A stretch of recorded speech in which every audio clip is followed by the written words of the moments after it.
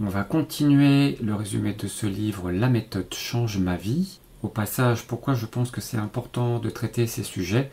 On parle principalement de gestion émotionnelle et on se rappellera que les émotions mal maîtrisées sont souvent la cause de déclenchement de maladies, beaucoup plus souvent qu'on ne le pense. Dans la première partie, vous pourrez retrouver les différentes parties, que ce soit le préambule, pour quand même situer les choses, la définition d'une vie extraordinaire, notre pacte avec nous-mêmes, avec justement cette partie sur les émotions. Qu'est-ce que l'on peut en faire? Elles ont leur place, on est équipé pour les ressentir, et on va apprendre un peu à les gérer en les accueillant et en les régulant. Et ici, dans cette vidéo, on va parler de notre vision.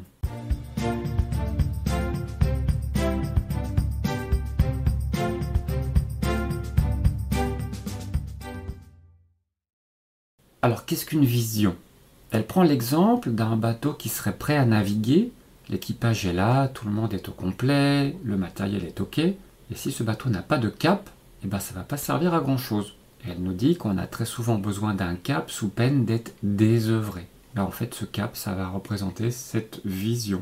Et cette vision, on peut l'appliquer à différents domaines de notre vie, que ce soit dans le cadre de notre travail, dans notre vie amoureuse, familiale, sociale. Alors développer notre vision aura de nombreux bénéfices, parmi lesquels, eh bien déjà, mieux se connaître. Car on va voir que pour développer notre vision, on va être amené à se poser des questions qu'en général on ne prend jamais le temps de se poser. L'idée sera aussi de ne pas figer une image de nous-mêmes, avec ces petites phrases genre « j'ai toujours fait ça » ou « moi je suis comme ça ». Et là, l'idée, c'est de se rappeler qu'on n'est pas forcément comme ça. C'est pas parce qu'on l'a été qu'on le sera encore. Et on va être amené à se poser cette question essentielle. Qu'est-ce que l'on veut vraiment? Bénéfice numéro 2, cela va nous permettre de se mettre en action dans la bonne direction pour nous. Car en effet, quand on commence à répondre à cette question, qu'est-ce que l'on veut vraiment? Cela va permettre de mieux identifier le ou les domaines auxquels on a le plus besoin ou envie d'apporter des changements. Bénéfice numéro 3, on va pouvoir prendre des décisions plus sereinement. À chaque fois, on pourra se demander si cette décision nous rapproche de notre vision ou est-ce qu'elle nous en éloigne. Bénéfice numéro 4, soutenir nos efforts dans le temps. Car bien sûr, on aura des obstacles sur le chemin. Et dans ces moments, c'est notre vision qui pourra nous aider à continuer. Et enfin, dernier bénéfice, reconnaître le succès quand il se présente. Car attention, on va avoir un défaut classique qui va consister à reculer la ligne d'arrivée dès que l'on sent que l'on s'en rapproche. Alors n'oublions pas d'apprécier les étapes que l'on franchit. Alors comment développer notre vision? Là, on nous suggère d'identifier les 3 domaines les plus importants de notre vie actuellement et on va se concentrer sur eux pour commencer. Première étape, on va ouvrir en grand les portes de nos envies. Et là, on va prendre notre carnet. Et pour chacun des 3 domaines, eh bien, on va se donner 15 à 20 minutes pour répondre à différentes questions. Par exemple, dans ce domaine, qu'est-ce qui est le plus important pour nous? Et on pourra reprendre ensuite le cadran du succès que l'on a élaboré dans la section « Votre vie extraordinaire » vue précédemment, en regardant comment les différents axes d'épanouissement et d'accomplissement peuvent-ils se décliner dans chacun de ces 3 domaines. Et au fur et à mesure que l'on écrit, on pourra remarquer les résistances et les objections toutes faites, comme par exemple « je n'en sais rien » ou alors « c'est n'importe quoi ». Bien sûr, ce sont des pensées normales et attendues, et c'est évident car c'est un nouvel exercice, donc on aura nos freins classiques qui vont s'enclencher. Par contre, on se fait un cadeau d'explorer, d'imaginer, d'élargir notre horizon des possibles.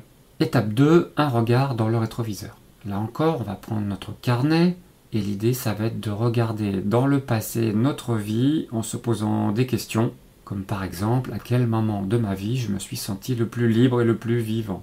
Étape 3, ce que l'on veut retenir. On va laisser décompter quelques jours et relire les étapes 1 et 2. Puis on va prendre son carnet, et pour chacun des domaines, on va reprendre en un paragraphe les éléments qui nous semblent les plus justes pour décrire notre vision. Et là, le livre nous propose de partir d'un modèle. Étape 4, nourrir, affiner, enrichir. L'enjeu ici, ce sera de continuer à entretenir la vision pour la garder riche et vivante, car bien sûr, la vision pourra évoluer au fur et à mesure de nos expériences. Et bien sûr, on va rencontrer des difficultés. Alors voici ici quelques conseils pour pouvoir les affronter. Ce sera surtout vrai au début, mais voici les freins intérieurs que l'on peut activer. On va imaginer se retrouver devant un chantier énorme. On peut aussi avoir un frein par rapport à la banalité apparente de ce que l'on écrit, mais en fait il n'y a pas de bonne ou de mauvaise vision. On pourra aussi avoir cette idée que par contraste notre quotidien peut être bien terne. Eh bien peu importe, la vision c'est bien la direction dans laquelle on a envie d'avancer, c'est la nôtre. On peut aussi avoir peur d'avoir une vision complètement irréaliste, et là on aura réussi à activer encore un biais de négativité. Alors bien sûr il y a aussi l'entourage dans les freins potentiels, en sachant que la plupart des gens ont une aversion assez forte face au changement, alors ils ne verront pas pourquoi on veut changer et ils vous le feront savoir. Mais on reste responsable de notre vie et de nos décisions. Après on peut avoir peur d'être déçu en visant trop haut, mais déjà rappelons-nous que le vrai bénéfice de poursuivre une vision ambitieuse, c'est ce que l'on va apprendre, découvrir et vivre en chemin. Et le choix est simple, préférons-nous prendre le risque d'échouer dans le futur, ou échouer dès maintenant en n'essayant pas du tout? On peut aussi être terrifié par les changements qui s'annoncent, et cette peur elle est classique, toutes ces incertitudes, ce qui est inconnu, les inconforts vont activer nos systèmes d'alerte. Puis dans ce paragraphe on va parler comparaison ou inspiration, en se posant la question s'il nous arrive de nous comparer avec des personnes de notre entourage, issues de nos connaissances, ou dans les magazines, ou depuis les réseaux sociaux, en se disant j'aimerais avoir ce qu'elle a. Par exemple, j'aimerais avoir ce corps, sous-entendu, qui est mieux que le mien. Eh bien en fait, où que l'on regarde, on verra toujours quelqu'un qui a quelque chose que l'on n'a pas. Et on peut mettre ce mécanisme au service de notre vision, nous incitant à améliorer constamment notre situation. En première étape, il nous est conseillé d'accueillir les pensées de comparaison sans les fuir. En deuxième étape, on va activer notre curiosité en essayant de répondre à cette question. En quoi pense-t-on que cette situation serait plus favorable que la nôtre exactement? Enfin, on va être invité à se détacher de l'expérience de cette personne, en se rappelant bien que la personne à laquelle on se compare ne ressent probablement pas les émotions que l'on imagine.